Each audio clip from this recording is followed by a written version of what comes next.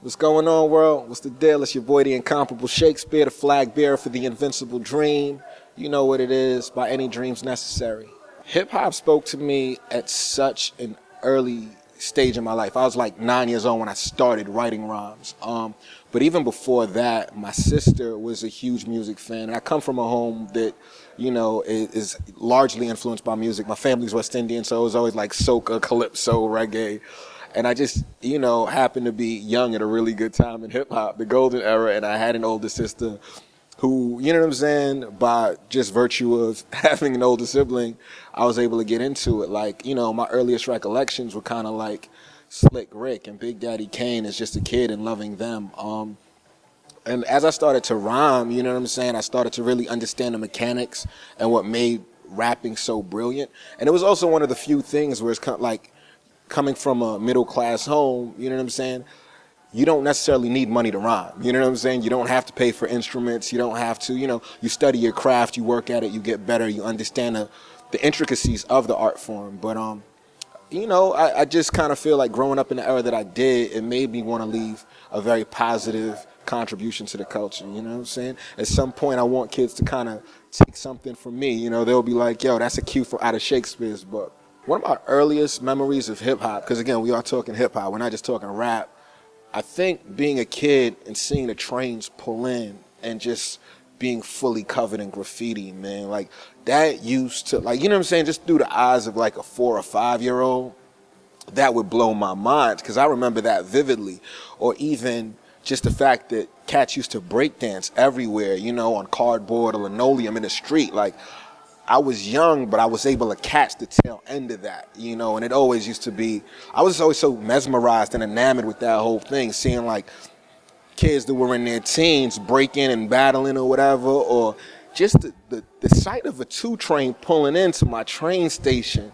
Like, you can't imagine what it is to see a train and it's just bright colors from the beginning all the way to the end. And even though I couldn't decipher what the letters were or necessarily what the words were, it was just such a beautiful sight to me. And I knew that it was like, whatever this is, I want to be a part of that.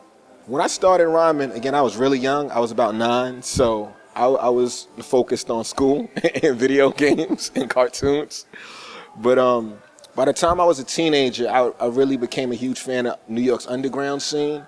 And there was a crew that I was really in love with called Natural Elements.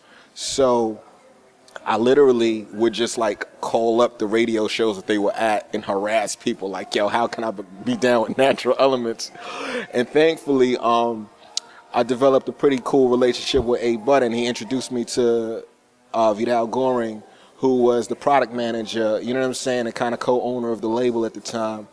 So, he heard me rhyme and he's like, yo, you're talented, come up to the studio, and that was kind of history. My family is very interesting when it comes to pursuing hip-hop because, again, like, growing up in a West Indian home, I think the way they kind of quantify success is literally by dollar signs. So it's like the struggle and everything. Like, if it's not immediate, it's not real to them. Like, I could get all the press coverage in the world. It's like, oh, that's still a hobby. But I mean, they're supportive. My sister sees what's going on. She sees when I'm on MTV or when I get these write-ups. And, it's meaningful to everybody. But the reality is, in their mind, like, success equates to being a doctor or a lawyer. You know what I'm saying? But it's cool, though, because this is my thing, you know what I mean? And we've never had the conversation of the dialogue where it's kind of like, you shouldn't be doing this. I think it's like any family that just kind of wants the best. I don't even know if I've necessarily overcome any of the obstacles that are in front of me that I want to overcome, because I kind of feel like in today's current climate of hip-hop, it's very difficult to crack the glass ceiling.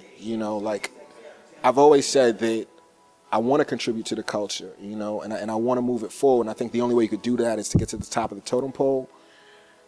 And until you're like really doing it on a mainstream level, which is talking about all of the mainstream media outlets, television, radio, and I think that that's the toughest barrier, because like the barometers for success is so different now, because it's like you can have a wave and you could be hot on the internet, but people may not necessarily know you. And there's nothing wrong with that, because it's still a very viable career. I see tons of kids touring and all of that. But because hip hop means so much to me, I want to take it as far as I can go with it. Like, I feel as if I'm not competing with the Drakes, the Kendricks, the Jay-Z's, the Eminems in the same light, like I would have sold myself short. And I was just trying to figure out how to navigate through that or get into that world to really, you know what I'm saying, get that type of success. And again, the motive is not necessarily the money, but it's like just having a positive impact on the culture. You know what I'm saying? Honestly, the thing I'm most proud of is that the fact that the music really speaks to people. It resonates in a very real way, in a tangible way. Like, it's one thing for people to buy into you based on hype and all of that, but it's dope when I can connect with the fans, whether that's through Twitter or when they see me and it's like, yo, this song really impacted my life. Because that's most important. Like, I'm not one of those dudes that are kind of just selling the idea of a brand and my culture isn't built around music. My culture is very much built around music and rhyming and being skillful. So it's dope when I just get to interact and engage with real people and the music communicates something to them and they feel inclined to be like, yo, this is dope. It's easy to like something on Instagram, or it's easy to, like, hit the like button on YouTube. It's a lot harder to actually comment, put yourself out there, or reach out to someone and say, yo, this meant something to me. So I'm really appreciative of that. I think that's always going to be the biggest thing for me, just connecting with the people, real people. When it's all said and done, ultimately, I want people to remember that Shakespeare was about hip-hop culture, moving it forward, always being progressive, inspiring people, because again, I come from a middle-class home in East Flatbush, Brooklyn, where I didn't have everything, you know what I'm saying?